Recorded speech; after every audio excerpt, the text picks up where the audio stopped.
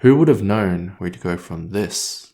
She's such a loser, always ready to cry, ta-ta-ta-ta, all the way to this. I thought maybe you could love me like you used to. Even though I'm different.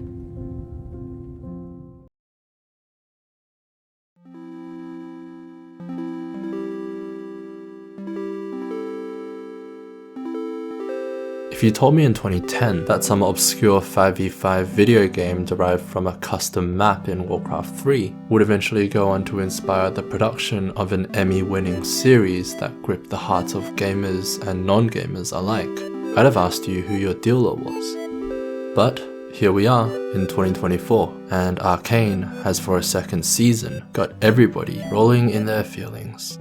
A lot can be said about the series, and while I'm sure there'll be countless reviews breaking down each component of Arcane, from the animation, to the characters, to the narrative, what I want to talk about though is something that comes before all of this, and in my mind makes or breaks an adaptation.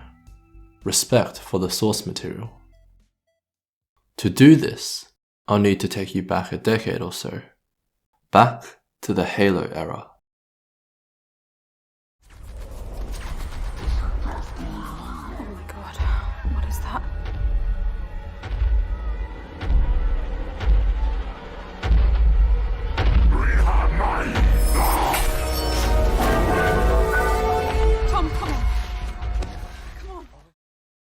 Back in 2012, 343 Industries dropped a web series, Forward Unto Dawn, to accompany the release of the new Halo 4 game.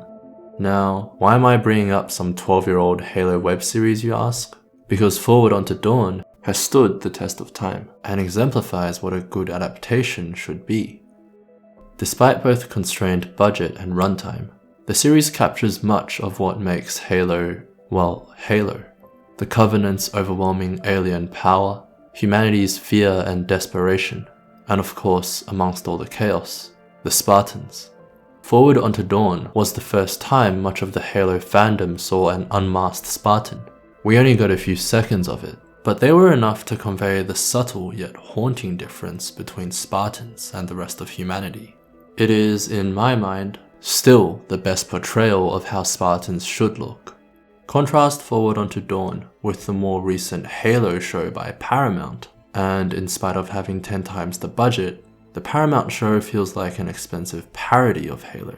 There's a few reasons for this, but really, you can boil it down to the show not lining up with the established lore, and the fact that Master Chief has been written as a Muppet. Don't!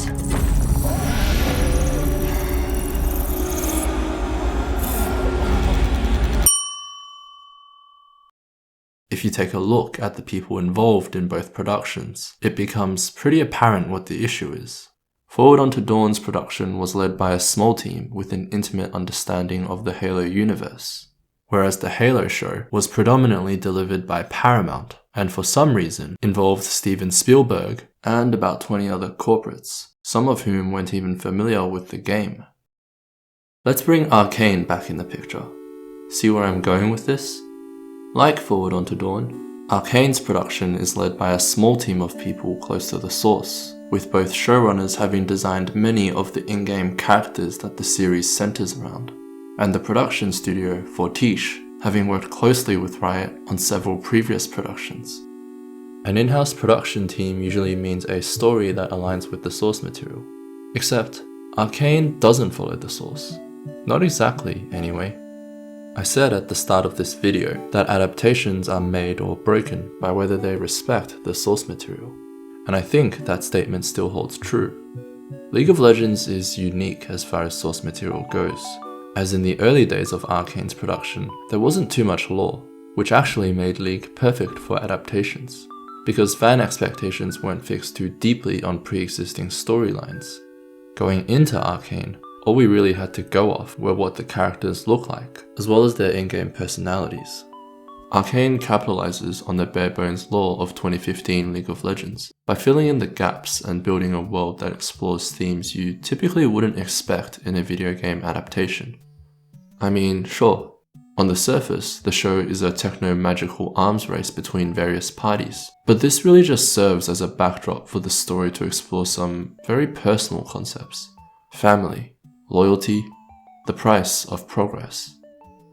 Arcane has crafted distinctly human stories for each of the main characters, and although a few of them appear aesthetically different from how they are in-game, their core traits remain unchanged. Take Warwick, who has always been a bloodthirsty hybrid of man and beast. Arcane builds upon this lore by revealing the tragedy of how this creature came to be. I would have preferred that they kept his design more in line with the game, but there's no denying that through Arcane, Warwick has been elevated from a generic werewolf to one of the most heart-wrenching tales in video games. Victor is in a similar boat, with his show depiction differing from his in-game character. But again, the essence of Victor remains the same. The Machine Herald's obsession has always been glorious evolution, and this remains the case in Arcane. However, this obsession is given reason through Victor's illness and his desire to rid the world of the pain that he has experienced. Arcane's writers have undoubtedly taken creative liberties in their interpretation of the source material, both visually and narrative-wise. But every single one of these changes has served to transform what we once knew as just pixels on our computer screens to characters that tugged at our hearts. And to me, the lore of League of Legends is better for it.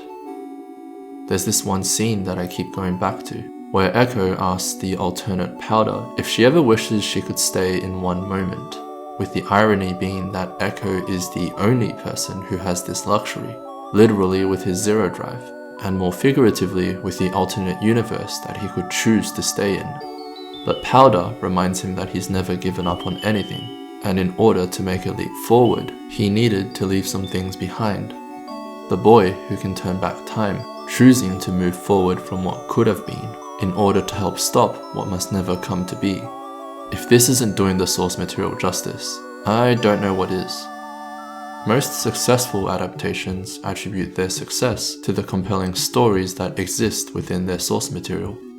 Arcane took a bunch of video game characters with pretty minimal lore and stitched together a story that captured the hearts of gamers and non-gamers alike.